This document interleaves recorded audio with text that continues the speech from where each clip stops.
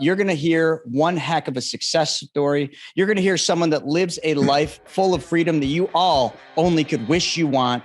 Today's guest, Todd Randall, is going to blow your mind. Some of the richest people ever, if you read the books and do the research, are people that managed through a crisis and came out of it like a shot, right? People who saw the crash in 1929 coming, took a few key steps just to be prepared. And then while everyone else is just drowning in misery, they're building small blocks. Todd's got 30 plus years of business experience. Right now, he's managing 4 businesses remotely, keyword remotely, and largely because of what he just said, systems and processes, and also learning how to work on a business, not in it. And those businesses generate over $6 million annually. So I don't know about all of you, but that's pretty cool, isn't it? And he gets to travel the world, do what he wants. He has time freedom. And that's what we're all really struggling and working toward. But so many of you won't ever have time freedom because you don't learn how to systematize and build processes and procedures and get yourself out of the business. What's going on, everybody? I'm your host, and welcome back to the show. Today, I have an exciting guest because this guest isn't exciting at all. This guest didn't build a sexy business, an exciting business. He started with next to nothing, and he did not build businesses that you all would assume are fun and sexy. But you know what he did? He was consistent and persistent. He got himself to the point where he retired. He got himself in a comfort zone, and he lost it all. How many of you can relate? How many of you can relate with that? But you're going to hear one heck of a success story. You're going to hear someone that lives a life full of freedom that you all only could wish you want. Today's guest, Todd Randall, is going to blow your mind, but it's not because of something that he does that is incredibly cool. It's because of how he did it. Welcome to the show. Thank you. So I think what you're saying is that I'm not sexy and I've lost lots of money. Well, anybody watching this, some of the women watching might think differently, but yeah. Oh, it's interesting. You gave me a couple of hooks and I might've taken it too far, but that's all right. That's all right. So Todd, okay. Let's dive in. I mean, listen, your life is pretty awesome right now. You travel the world, you play polo, and you pretty much do whatever you want, but you got there.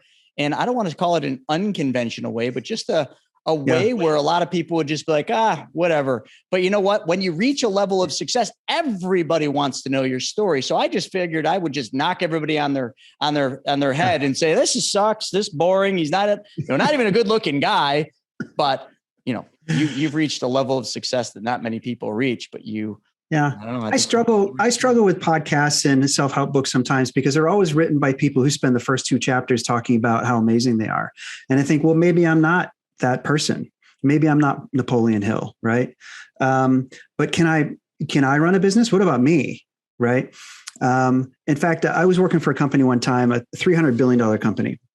This was when I was in the corporate world, and my CEO wrote a book because all the CEOs were writing books at the time.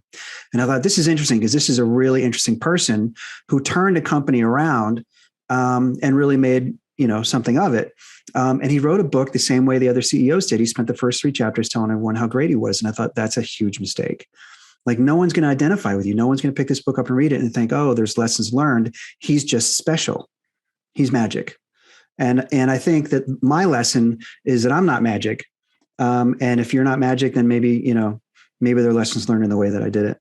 And I think that's the best part. It's funny. I just got done with a podcast right before this where he said, every other podcast I listen to starts at the beginning and runs up to where you're at now. So let's start with where you're at now and then fill in the blanks. So let's try that. Let's tell everybody a little bit about like where you're at now and what you do. I know you travel around the world playing polo, but then let's fill in the backstory of like how that boring scale and just consistency and persistency got you to the point where you can pretty much do anything you want.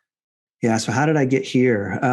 So my lifestyle is now I split my time between Florida and Philadelphia. My fiance has a business that requires her to travel. And so I go with her.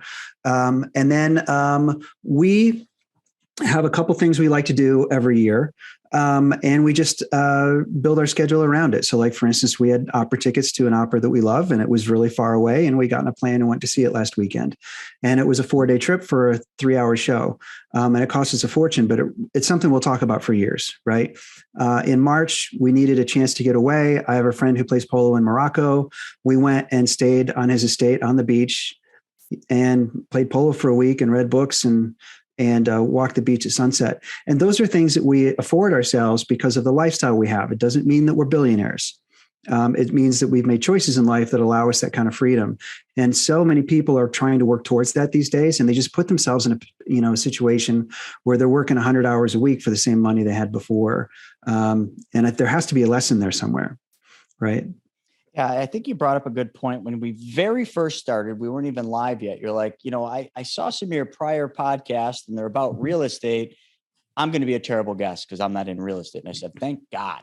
Because like lately, what I see, we're in the longest bull run history that we've ever been. I'm an ex-Wall Street guy. And I think people are about to see something that they will hope that they never had to live through. But that's beside the point. And I think one of the things that people are making the mistake is everybody's in a rush to get rich. Everybody's rushing their way to get rich. Real estate, real estate, real estate. They all act rich. Yeah. But the problem with being rich is you haven't learned a key fundamental about being wealthy, and that is how to keep your money. Safety. So that's the thing. Yeah. Law number 3 of wealth is protect your wealth. And I think that's a lost art or just a forgotten art. And a lot of people aren't doing that. They're just going out there. They want to be self-employed. I mean, look at the numbers. Like how many people during the pandemic left their jobs? I mean, it's extraordinary. Yeah, it really is. It's a shift in workership. I have a story to tell that may piggyback on this pretty well, because 5 years ago, I lost mostly everything that I owned. And I thought that I had diversified to a point where I, could start taking a chill pill. So I kind of retired about 5 or 6 years ago. I had 4 small businesses. And I thought 4 is a good number because it's diverse enough, but it's, manageable that I can be in them and help manage them if I need them out of a crisis. Right. And I had a consulting business that was very lucrative. I was taking only projects that I wanted to do. And I felt good about those. And then the pandemic hit. And for whatever reason, my businesses, the 5 businesses that I had, were disproportionately affected. And I had anticipated that. I think it's hard to anticipate broad strokes like that. But I think there's a lesson learned there that your 80-year-old grandfather or grandmother tell you all the time, and you never listen because you're young and, immortal. It's like, save money, diversify your portfolio, live within your means. And you think, God, you're so old fashioned, and then you live through these kind of things and you think, geez, if I would have had one more ounce of protection, I'd be sitting in a very good spot. Some of the richest people ever, if you read the books and do the research, are people that managed through a crisis and came out of it like a shot, right? People who saw the crash in 1929 coming, took a few key steps just to be prepared. And then while everyone else is just drowning in misery, they're building small blocks. Right. During a time that most people can't eat, they're like, okay, just small blocks, small blocks, small blocks. And next thing you know, 10 years later, most people have debt, and the very small percentage have businesses.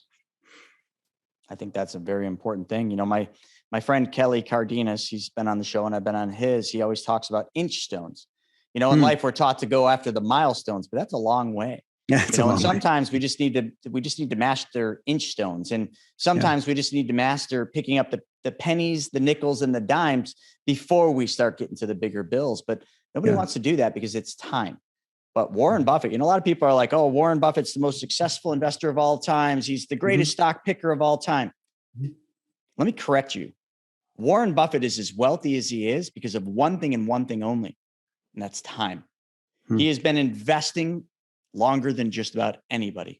And he's controlled his losses better than most. He has. Most investors. But he also does his research. Yeah.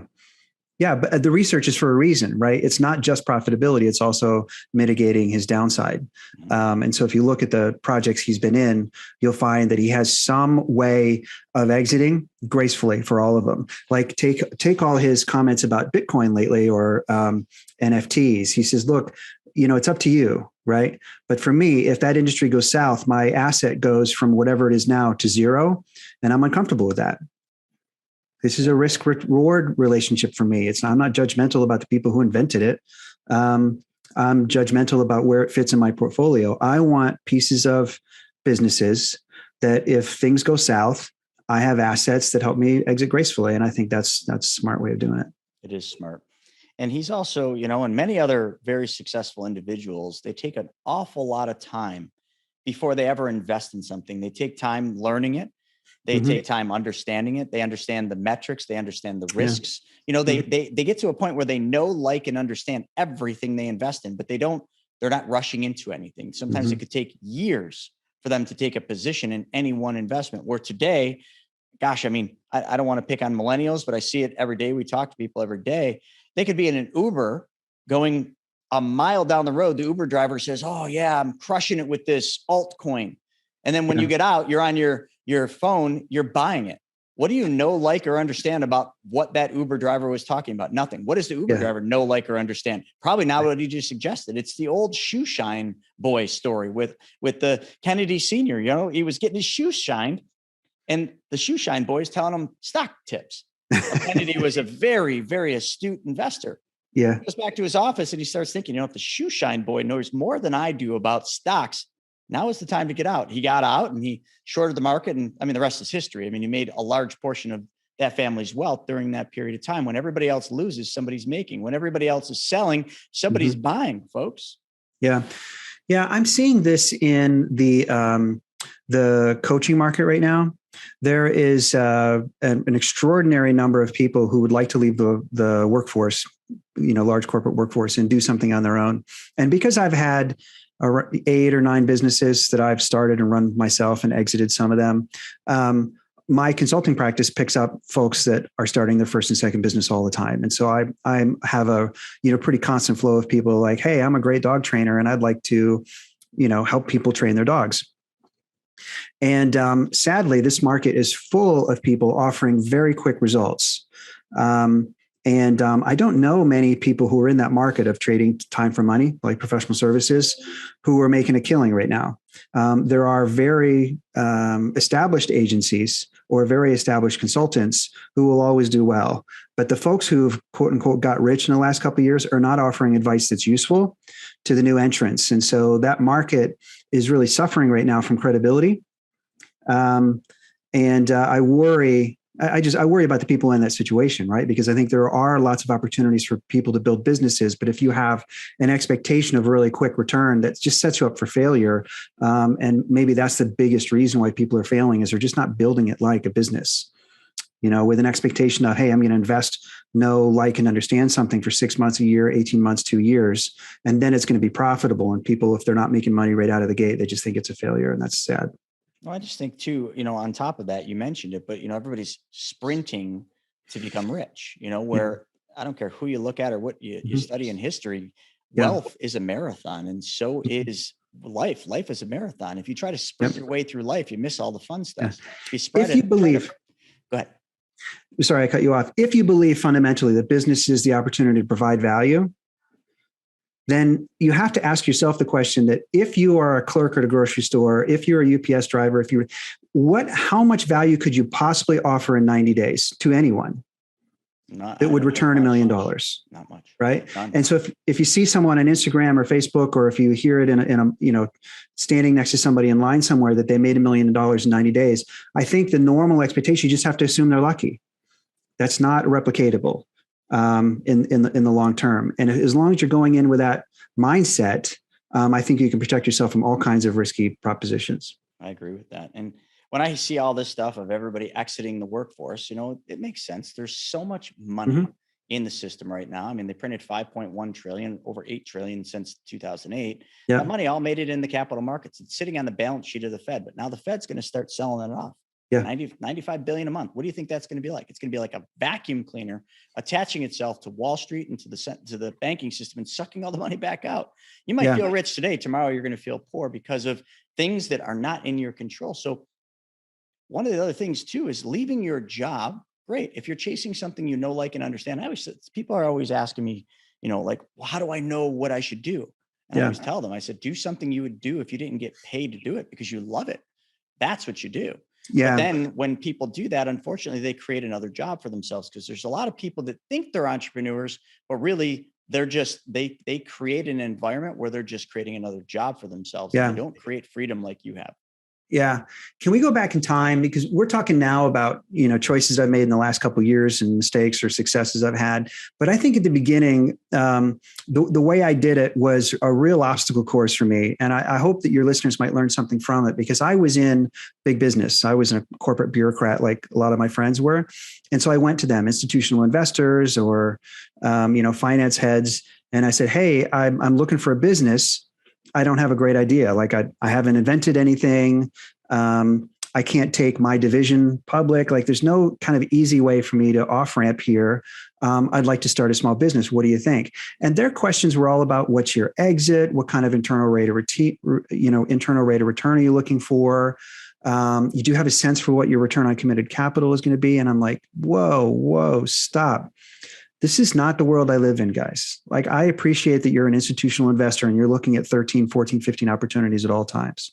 And you're, comparing them versus those metrics. I'm just a guy who wants one business because I know I have the work ethic and I have some skills and judgment that will allow me to be successful if I have one business. And if I work hard, I might find one opportunity, one.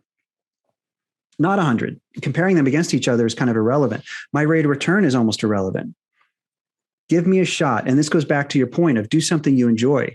Do something where you can bring actual value to the customer. And many people can succeed in that environment, right? As long as you have the proper fundamental business knowledge and as long as you have a reasonable expectation for timeline and you need capital and some other things. But that way you're only collecting 5 resources: time, money, real estate, staff, right? As opposed to, trying to win the lottery on some new gizmo or NFTs or some real estate holding that you heard is going to 10 times its value. Yeah. That's all over the social media stuff. This, that, and the other thing. It's all going to make you rich quick. Yeah. Yeah. So in the end, what I ended up doing, because I didn't have a good idea, I combed the markets for businesses to buy. I probably looked at 100 businesses and I really evaluated like due diligence, a half dozen or so. I ended up buying the franchise rights to open a small business when it was someone else's idea. It wasn't even mine, right? And it's a non-sexy way to start. But I knew I was going to be fine because of my work ethic and because I had 15 years of work history already. And so I just went and opened up a business using someone else's franchise license. And I worked hard at it. Now, a year later, to your point, I was working just as many hours and I had just as many anxieties as when I was in the corporate environment, and I was making a little less money.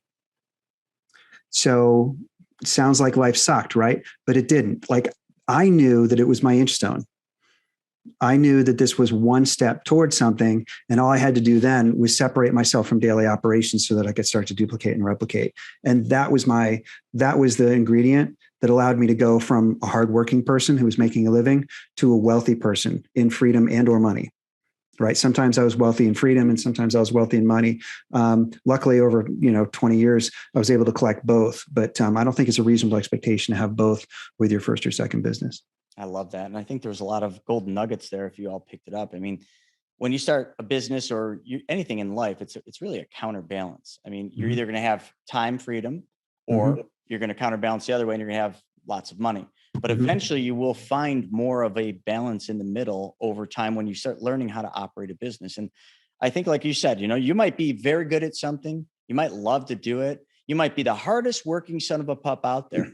But until you learn how to extract yourself from your business so that you can actually work on the business instead of in the business, nothing will ever change except for you created a job that maybe you liked more than the other one. And chances are, like you said, Todd, you're going to make less money.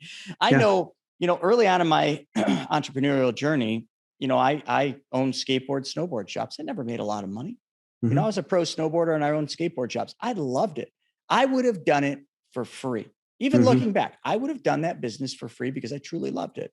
But I remember when the .com crash hit, it affected my business. And all of a sudden that love turned to hate because now struggles came from the money side and I had to get a job. And that forced me to pull myself out of the business. And I ended up in Wall Street and I was working on the business, not in it. And guess what happened? The business started doing better. And tough better. lesson. Yeah. Tough lesson for sure. That it ended up being my superpower. It's the thing that made the difference between being a business owner and being something else. Right.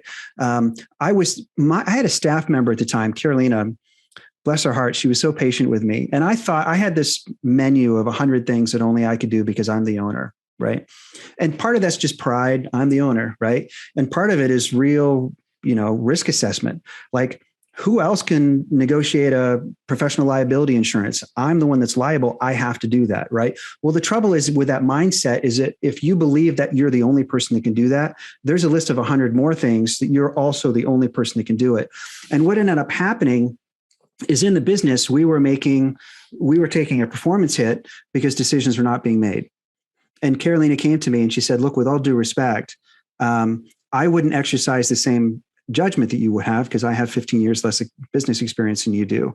However, some of these decisions by not being made are causing us a crisis internally. And that costs you money and it costs you customers. It may cost you, key staff, or it might affect your relationship with a landlord.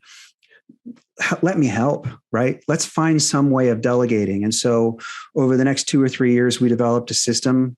We had 4 or 5 steps like every good system does, where we really systematized it. And the system ended up working so well for us that when I started moving on and starting new businesses, there was some point where she was running 4 of the businesses for me. And she was using that system to train and mentor general managers for each of the small businesses by delegating for real, delegating with trust and delegating with patience and having a exit strategy and redundancies and, all the things that we'd built into it that allowed me to, open an alternate business, open up an ancillary business, renegotiate my contract with a franchisor or a landlord. Those are all things that no one else in my business really could do.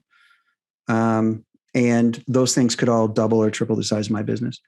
Yeah, I think one of the cool things is the way we started this podcast. They just beat everybody over the head saying it's going to be boring. You didn't do anything sexy.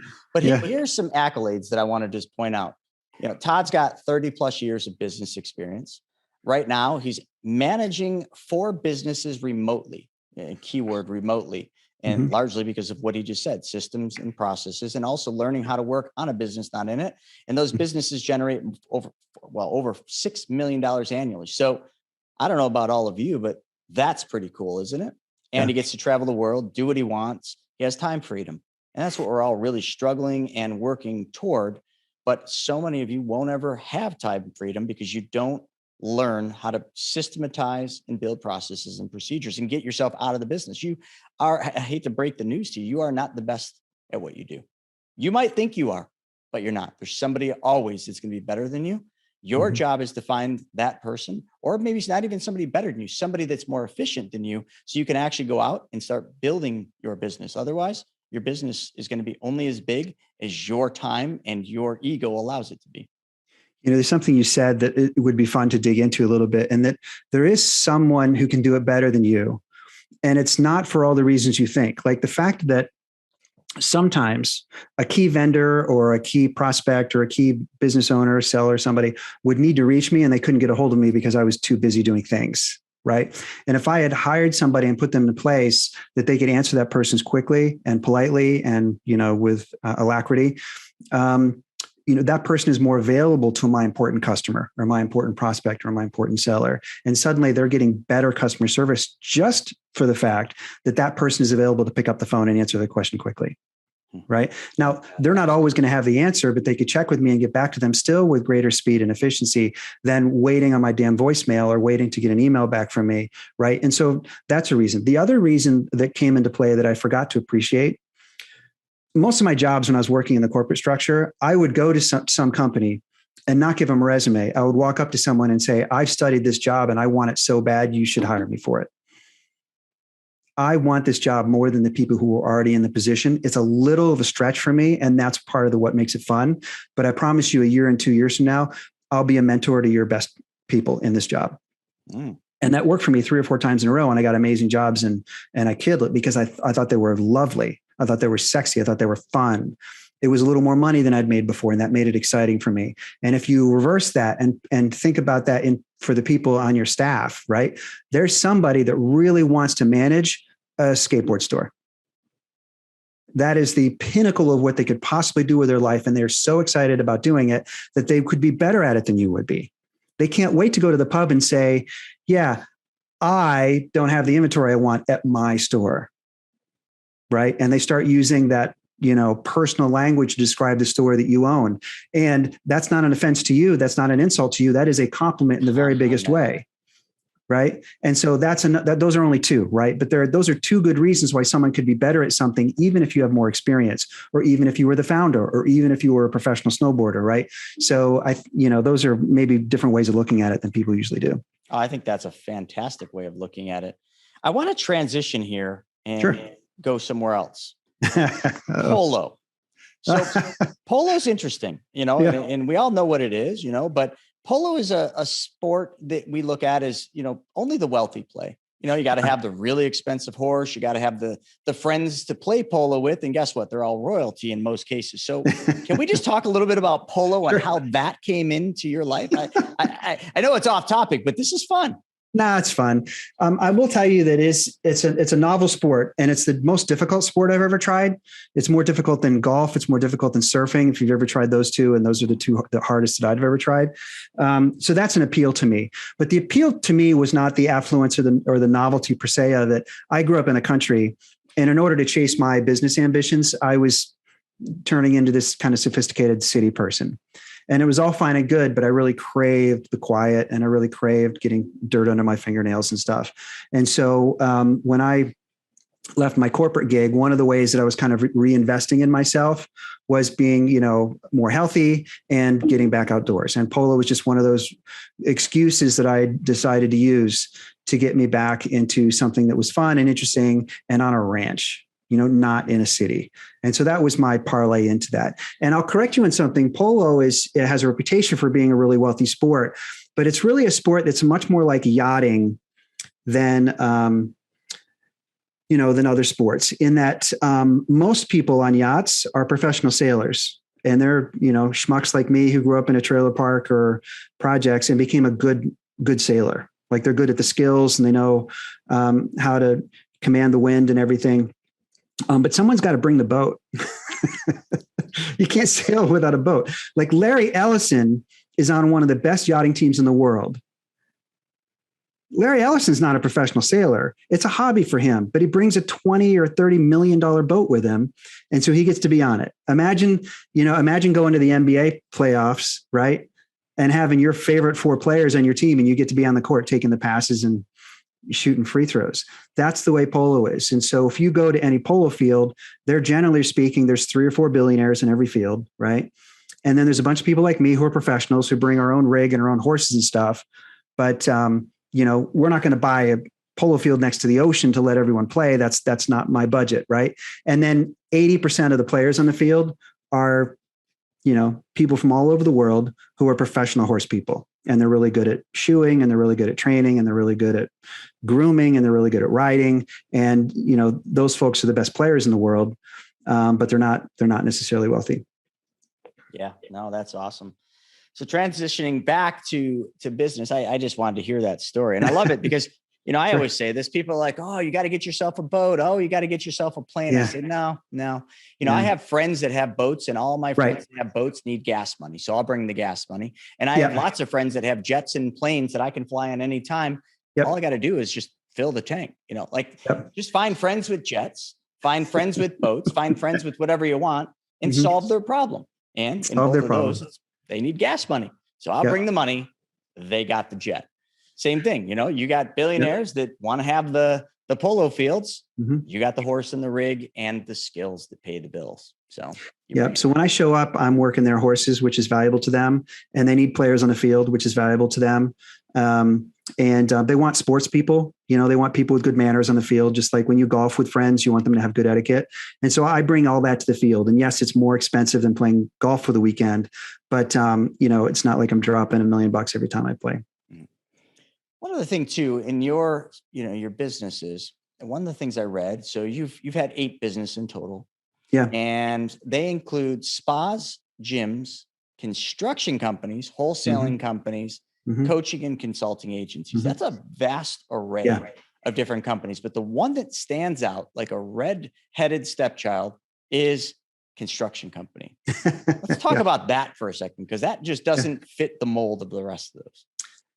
Yeah. So during the pandemic, let's talk about ways that I've lost money, shall we? During the pandemic, I had 4 businesses that were really, like I said, disproportionately affected. They were gyms and spas, and they were also in California. We were closed for quite a long time there. And the membership business, its value is based on the recurring income every month, and they went to zero. So I was thinking to myself, I was set to retire, and if any investments, I would have just doubled down on the businesses that I had, but they were all trending down. And so the question is, which businesses were flat or trending up? And I wanted to look at it from a macro perspective. And this is one of the things that if you're in every day, like if you run a laundromat and you're there at 5 a.m. and you're running the machines, and you're there at 10 o'clock at night collecting the cash, you don't have time to think this strategically. But I was thinking of it from a macro perspective because I just had a big loss.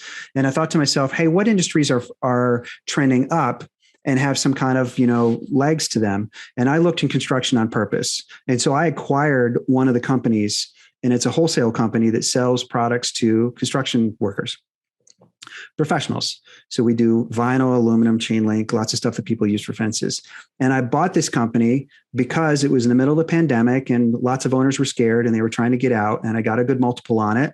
And I just believed that construction was going to be strong for 8 to 10 or 15 years. And the owner was thinking, gosh, it's really strong right now, but we don't know how long it's going to last. So it was a good fit for both of us. And I got into it. And then once I got into it, I realized that, wholesalers, the key to their success are a stable list of customers, loyal customers, right? And so what I did is I went to a different town, started up a construction company who bought materials from us. And again, this is what I call an ancillary business, right? So it's not the same business. It's not, it's different ownership and different finance and different staff and everything. But the fact that I was remote, looking at the business from 20,000 feet, right? I was asking myself, what does this business need? And one of the things it needed was diversity.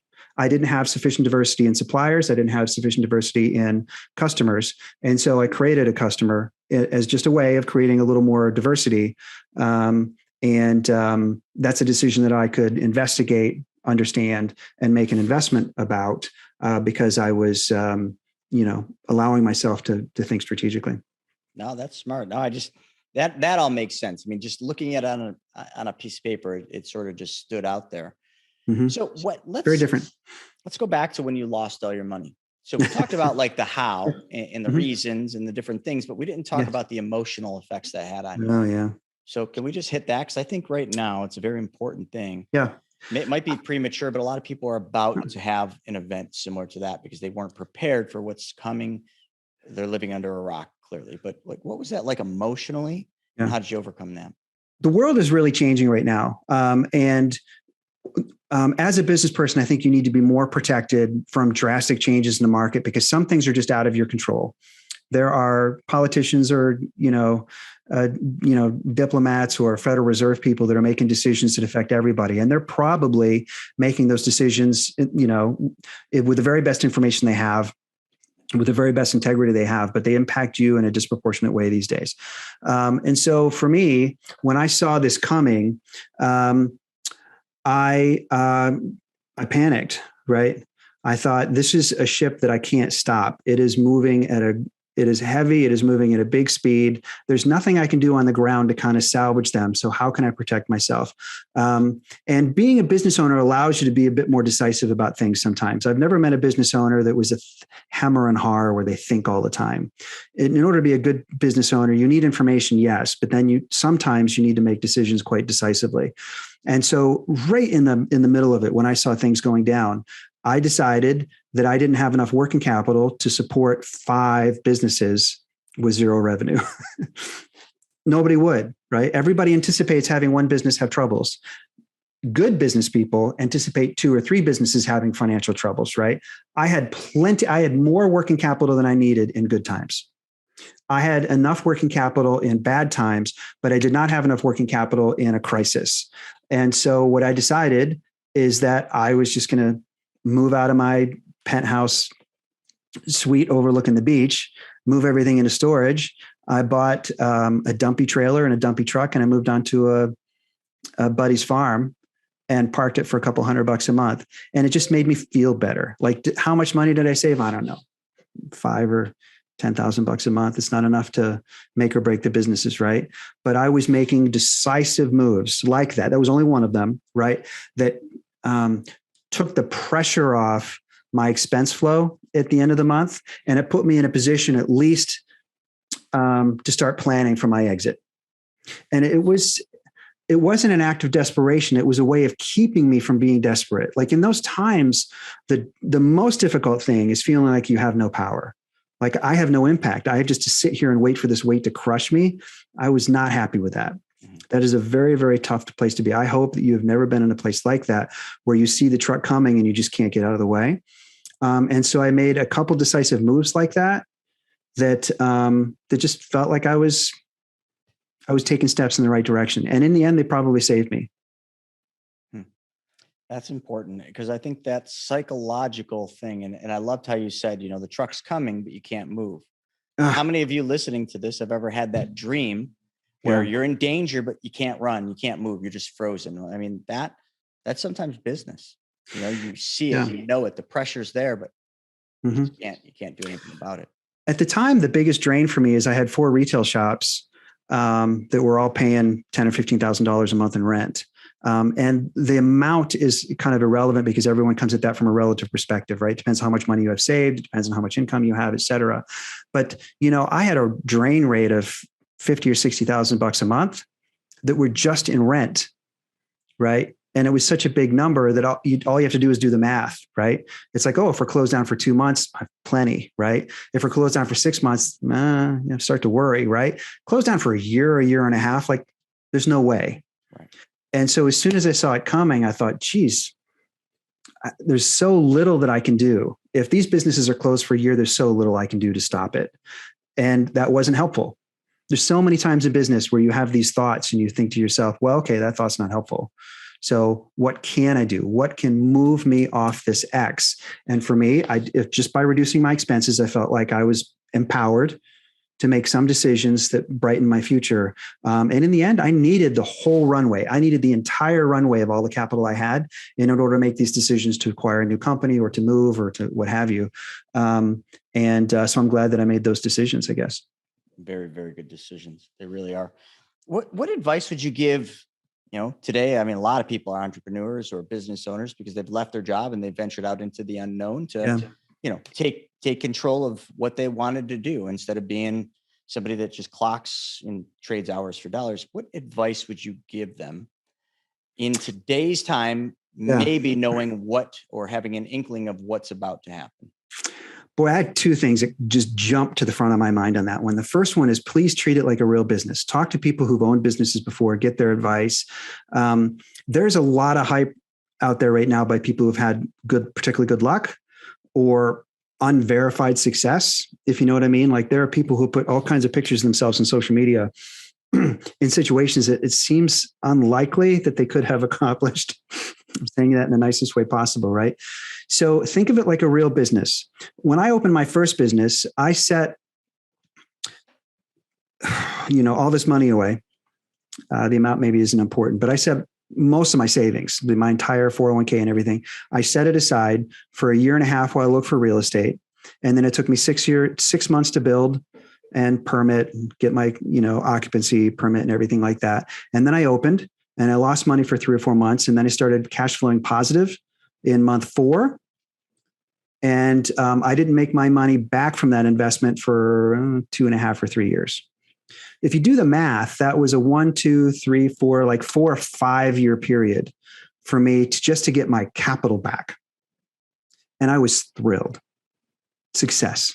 That's exactly what I wanted, right? I was able to take enough money out of the business every month to live, and I was building a real asset that I could either sell or scale at the end of 3 or 4 years. That was a good damn plan. It was a good plan. It really was, right? And so many of my clients or friends that are leaving business right now, their timeline is impossibly short, where you have to have luck, positive variance, as we say, you have to have positive variance in order to make that work. And if you put yourself in that situation, it's it's a statistical anomaly for you to be successful. So please think of it in terms that allow you to be a real business owner. Understand that there's going to be investment, understand that there's going to be a timeline, understand that you have options 2 or 3 years from now that you don't have now. So that's my first thing. And second, I wish that I was smart enough to take this advice, 10 years ago. Get a mentor, find someone to talk to, right?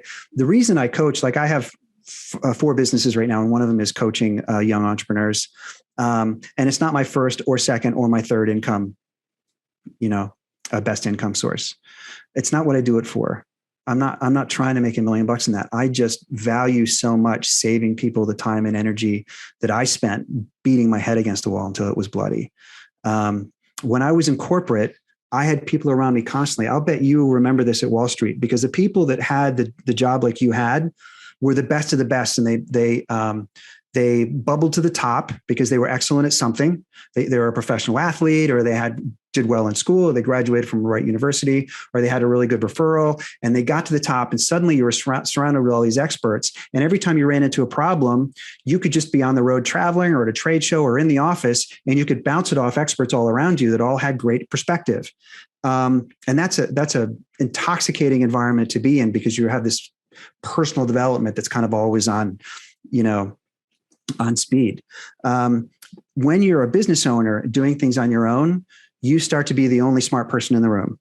You're in your office all by yourself all the time, and the dogs are not very helpful at giving good advice. And you cease to be in an environment where good advice is easy. And so you have to work harder at getting it. And reading books is one thing, watch YouTube, that's great. But I really recommend forming relationships that allow you to bounce ideas off, and getting, people that you trust, people that get their advice on stuff. I think that's incredibly important. It's a lonely road being an entrepreneur. You're often going to feel like it's just you on a deserted island, and you're making decisions that you have no guidance on. But if you just put somebody in your corner that is an expert, that's done what you want, a consultant, a coach, a mentor, they're going to help get you there. I mean, my companies, all the things that I do, I have mentors, and I pay dearly for them. And I don't look at the amount, because a lot of people in the beginning, they're like, oh, I can't afford that. No, you can't afford not to have that. Cannot afford it. Yeah. It's not the cost. Cost is only an issue in the absence of value. What is the value you're giving up because you're focused on the cost? Stop focusing on the cost, focus on the value. The value is what will get you where you want to be. If you keep focusing on the cost, well, we'll see what happens, but you'll just keep going in circles. You'll feel like a gerbil on a hamster wheel, or a hamster on a hamster wheel might be a better picture. Gerbil, hamster, same darn little rodent, but can a hamster run on a gerbil wheel? I don't know. I said that, and I'm like, I wonder if it could. It'd be fun to see, but those little buggers can run and run and run. And that's what you'll feel like in business if you don't figure out how to get off the wheel. Yeah. Maybe a caveat to add to this get a mentor thing is, and this is personal preference, but I think the programs that are out there are only mild to moderately useful. I think if you're really going to start a business and get anywhere, you really need to find someone who's willing to understand your situation, because there's no business exactly like yours, likely. Right. It's probable that your business is different in some way.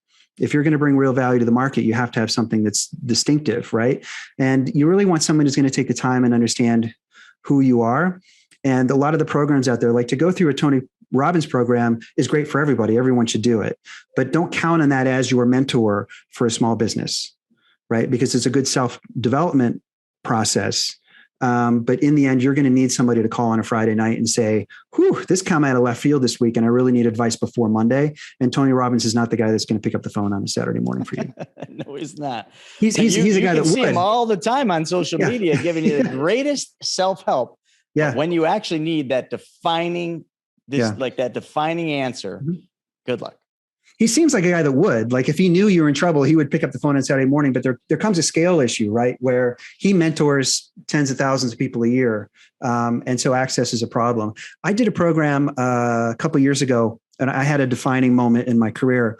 And I joined a program with Tom Bilyeu, who does Impact University. He's just a really smart person who shares on purpose because he wants people to be successful. I joined a program with him that was kind of a group learning scenario that I was just describing, but I knew that I was going to get some one-on-one time with him. And when I did, it really mattered. He took the time to understand my situation, give me really interesting feedback from someone who's built, $2 billion businesses. And I tell you that I can't remember what it cost. Whatever it cost, I would have doubled it. Did you hear that, folks? He would have doubled it. So again, that's somebody that sees the value over the cost, because that's all that matters. Yeah. And now, of course, you can't get one-on-one time with Tom Bilyeu. He's too popular now, but that happens with all mentors too. Find somebody that will take the time to get to know you, and use the advice they give. Well, Todd, this has been fantastic. I got one final question. On your journey of ups, downs, and boringness, what has been your biggest external struggle that you've had to go through? External threat. So this is a personal or a professional external threat? Whichever you want. Let's do personal. Oh dear.